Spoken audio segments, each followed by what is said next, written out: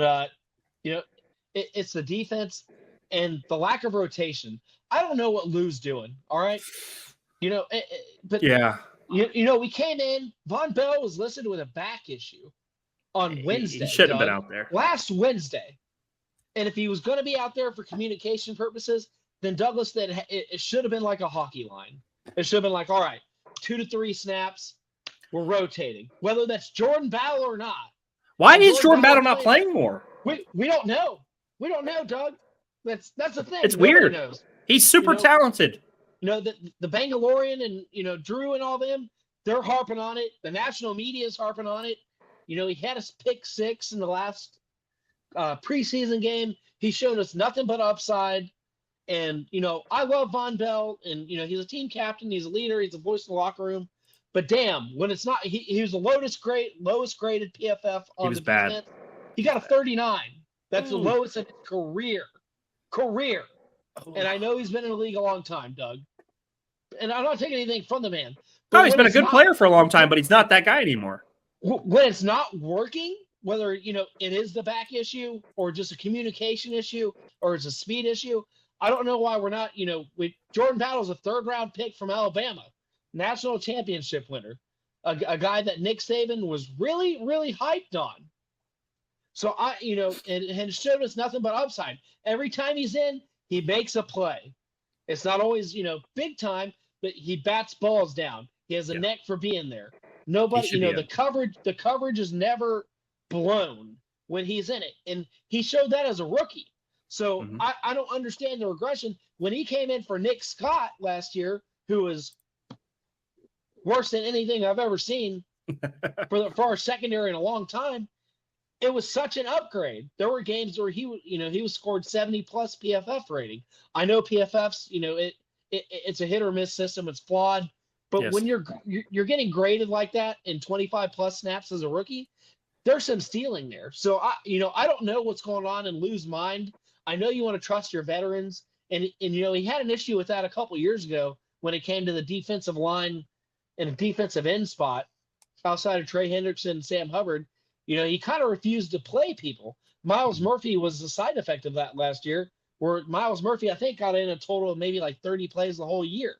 And that's a 1st-round draft pick. So Lou's got some issues that he's got to look in the mirror and say, I have players that are talented, and we need to put them in spots where we can get some production. Because, damn, Doug, it's not working. It's not working.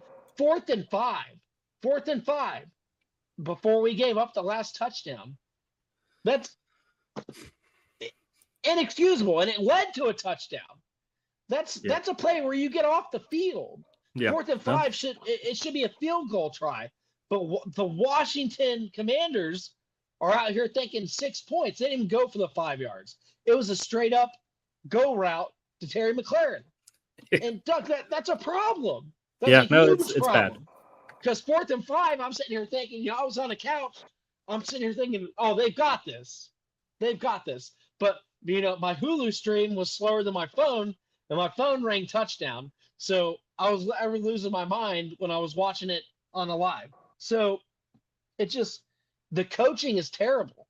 Lou, there's something wrong with Lou this year. And, whether he's trying to live in the past, it's not working. We don't have the defense. We don't have the Jesse Bates. We don't have the guys on the defensive line that we had so many years ago for so long, because it's just not working.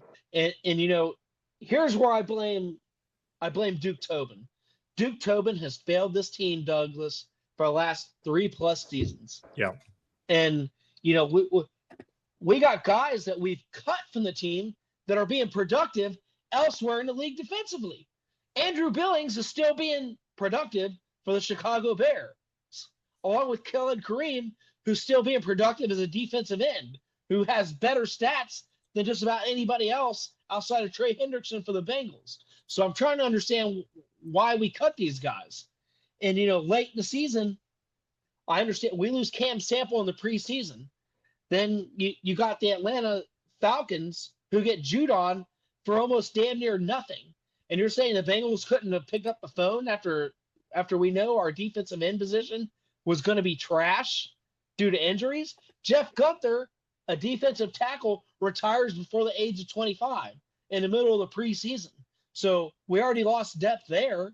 Yep. Like I just none of this makes sense from a front office standpoint. You had guys like Leonard Williams that were on the market before he re-signed.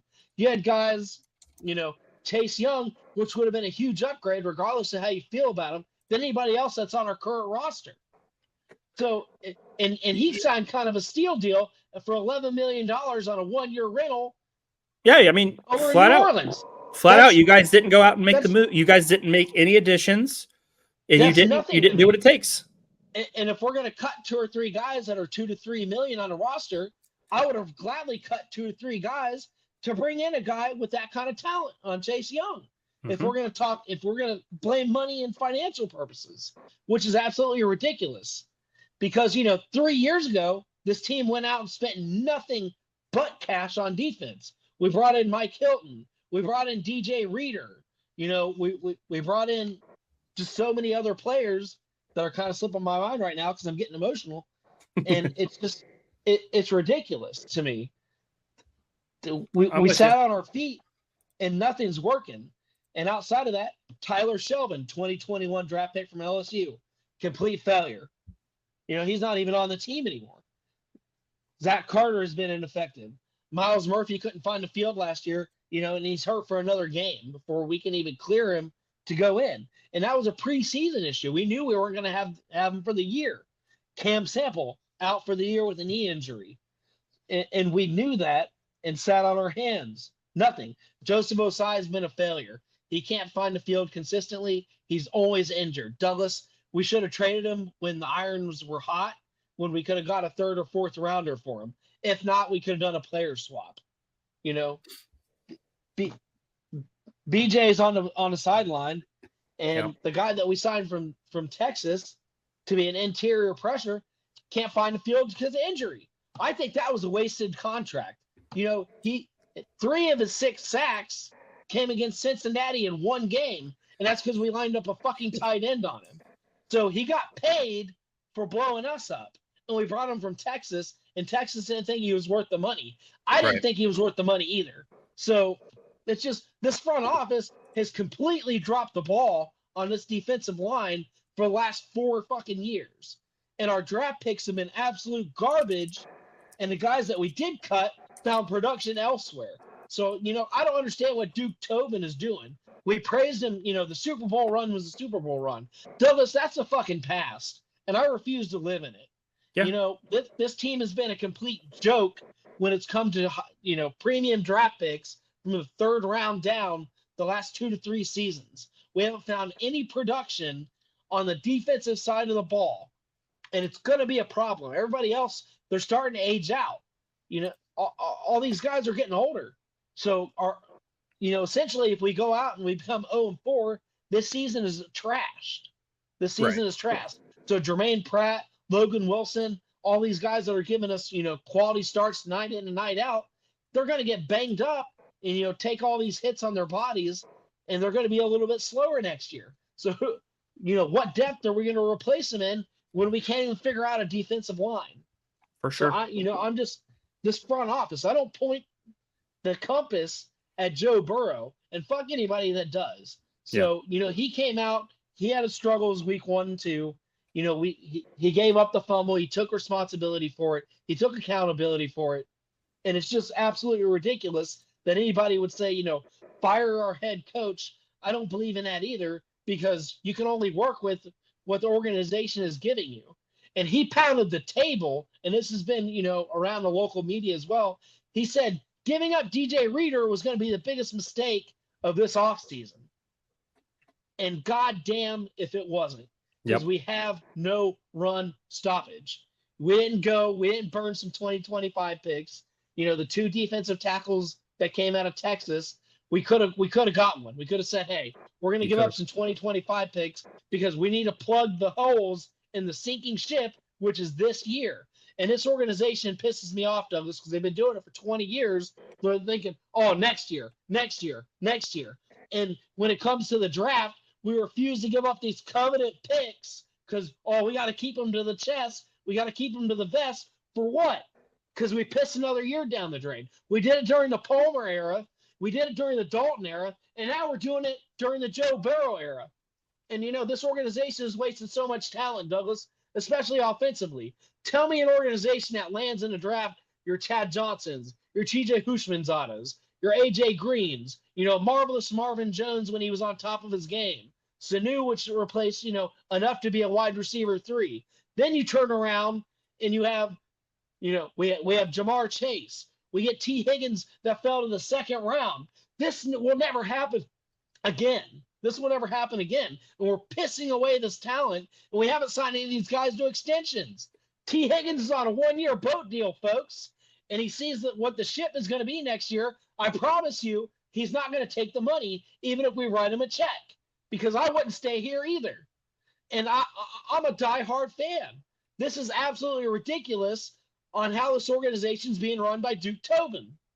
And it doesn't make any sense, because we said we were all in, much like the Reds, because it just happens to be a Cincinnati thing. We're going to go all in, and Katie Blackburn, says all the smoke screens, says all the right stuff, Doug, and then we go out and we don't execute. We don't make the picks. We don't play the depth that's on the roster in the secondary. We don't fix the defensive line. We sign guys that are midship or, guys that the rest of the league didn't want for a reason. I mean, that's got to be a fucking red flag at some point. We don't draft. We don't develop. And this is the final product. We went and we made some moves for the offensive line. We got Mims. We got Trent Brown, who ended up kind of being a failure, and is now going to be out for the rest of the season because we couldn't get him in shape. He was a cut candidate. Everybody forgets that 6 weeks ago. And now it kind of showed up on tape for a reason. And now this organization sits idly by like, we're doing our best. No, we're not. Joe Burrow walked into the locker room to talk to the head coach directly. And I guarantee you the conversation was, why is the defense so fucking bad? Why are we not rotating guys? Why are we not doing what we're supposed to do to win a game?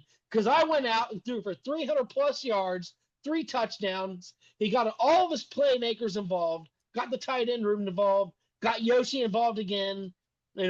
Big time for him. Yoshi's on pace for 16 touchdowns as a second-year player. He's not putting up the major stats when it comes to yardage, but he's getting it done in pay dirt. Jamar finally looked great. T finally looked like he's getting in sync. The run game looks great. So it's not on offense. Now we can't get the defense figured out. Where 2 to 3 years ago, it was the opposite. We had a great defense and not a great offense. The offensive line had holes in it. We couldn't run the ball to save our lives. Giovanni Bernard was at the end of his career. Joe Mixon was kind of hit or miss. He wouldn't come on till the end of the year. He always got his 1,000 yards on bullshit games. So we finally let him go for the contract that he wasn't worth signing. And now we're back to square one when it comes to defense. It doesn't make any sense, Doug. And the regression against playing against the Chiefs compared to the fucking Commanders, that's embarrassing. Night and day difference. It's just like, is that an effort thing? Because I think it's an effort thing. I think it's a coaching. I think it's an effort thing. So I'm going to call out Lou Amarillo and say, get your fucking shit together. You're paid as a defensive coordinator. Everybody's saying your name for the last 2 years. You play great games against great teams, but right now you're coming out to the middle of the pack against the Patriots in Washington, and you're laying a big fat goose egg. It's ridiculous. And it's our first primetime loss in the Zach Taylor era. So you think things go from bad to worse because primetime is where he shined. He was 5-0 before this game. So it's a complete embarrassment from top to bottom. We're just not getting it done.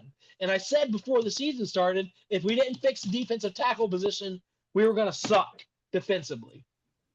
Play back the tape. I'll dig it out. I said if they did not fix the defensive tackle position, if we didn't get a solid 3 tech, if we didn't get a run stopper, it was all going to go to shit because Lou's scheme lives and dies on a defensive tackle position. It does. Anybody that watches the tape can clearly see it. And it's failing, Douglas, because we did not take care of the defensive tackle position. I'm going to calm down. I'm going to get my blood pressure down. I'm sure my old cancer meds are going to start kicking my ass any minute. I'm going to take a little drink of whiskey here. But that's my take on it, Doug. It's a complete defensive failure from top to bottom, from the organization to the GM to coaching, and they let the entire team down because the offense came out and played their asses off and tried to get it going, and they didn't get the stops when they needed it. And Money Mac, I'm going to put him in this situation. Douglas, he's been a kind of a complete failure the last 2 weeks. He doesn't miss the extra point. That Kansas City game kind of goes the other way. He comes out, he misses a 45-yarder, and this is a guy that proclaims himself Money fucking Mac. Well, he hasn't been money for 3 weeks because he's had the worst kicking percentage of his career. So the regression is starting there too. And the special teams play has been kind of a joke the last 2 to 3 weeks for us. We're not getting the pops. We're fumbling. It's the blocking and the wedges. This is simple stuff you learn in high school. So they're not getting it done. It doesn't make any sense, Doug. They're getting paid millions of dollars to play a game. So go out and play the game and have some fucking pride. 2 years ago, we were the AFC champs. That's true. I'm sorry, 3 years ago, we were the AFC champs. 2 years ago, we were in the AFC championship game. We're not playing like it. We're the bottom of the division. The Steelers are 3-0, and they're doing it with fucking nothing. And it comes down to coaching. As much as I want to hate the Steelers, their coaches always find a way. So it comes down to just a badly run organization from the GM and the defensive coaching and the special teams. They got to get it together, Douglas, because we're going to go 0-4. Andy Dalton has this game circled, and he was a 300-yard passer last week, and Carolina's going to come out fired up. And Andy Dalton's going to remember that. And he beat us when he came in for the game for the Chicago Bears 2 years ago. Justin Fields went out with an injury, and Andy Dalton came in and won the game. So that's got to be in our memory bank. And Noah Brown, hey, shout out to him, because every team he's on and he plays against the Bengals, he burns us from the wide receiver position. He did it in Dallas. He did it in Texas. And he turned around and he did it last night for the Commanders. So, shout out to Ohio State, because they just put out a show in the wide receiver room last night. So that's my rant. I'm done with it. I'm disgusted by it. It's got to change, Doug. There's got to be a fundamental change on defense. If we're not going to bring in the personnel, then the scheme's got to get there and the plays have got to be made. And I don't know where it's going to come from as an analyst. I don't know where it's going to come from as a fan, because, we made some street signings. It hasn't panned out. Chris Jenkins, it might do better, his second game in. Douglas, it's got to be more than that. Okay. So, that's take it away. What did you see? Oh, it doesn't matter, dude. At this point, epic rant, excellent rant. I'm not going to go any further. We've got a game to break down on Thursday. I'm going to post your epic rant tomorrow. That's going to be very fun. I hope people go out and watch that, because that was a hell of a rant. I appreciate it. The Bengals need to be better. Flat out, you said it. You said it very clearly. You laid out all your points. It's pretty plain as day.